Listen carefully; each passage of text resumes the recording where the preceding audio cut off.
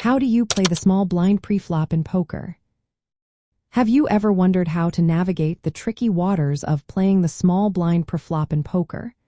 It can be a bit of a challenge, but understanding the basics can really help. The small blind is the position directly to the left of the big blind, and it requires you to post half of the big blind before you even see your cards. This means you are already invested in the hand, but it also means you will act first on every post-flop street, which can complicate your strategy. First, let's talk about your position. Being first to act after the blinds are posted gives you a unique opportunity. You can try to steal the blinds by raising, but you need to be careful. Since you will be out of position after the flop, playing post-flop can become difficult. Next, consider your opening range. When it folds to you in the small blind, it is wise to open raise with a range that allows you to steal the blinds often. However, avoid playing too many weak hands, as they can lead to tough situations post-flop.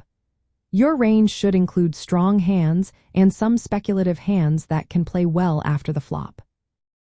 Now let's discuss raising versus limping.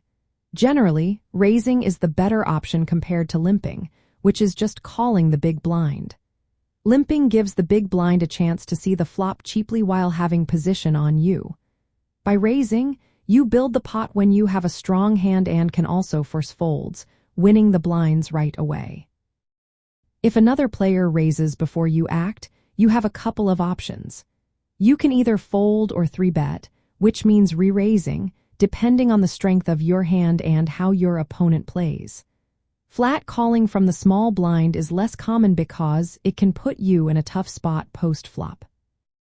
Post-flop play is another important consideration. Since you will be out of position, it is essential to be selective with your hands per flop. Hands that perform well in out-of-position scenarios, such as strong pairs or suited connectors, are preferable.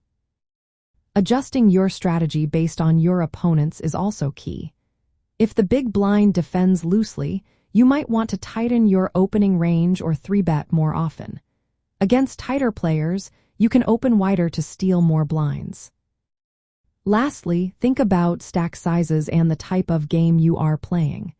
In tournaments, where stack sizes can vary, you might play more conservatively or even shove all in with a wider range.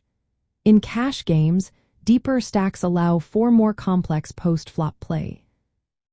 Playing the small blind preflop requires balancing aggression to steal blinds with caution due to your positional disadvantage.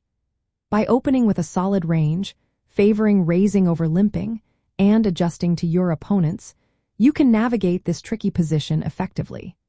Avoid playing too many weak hands to minimize losses and maximize your chances of winning pots both pre-flop and post-flop.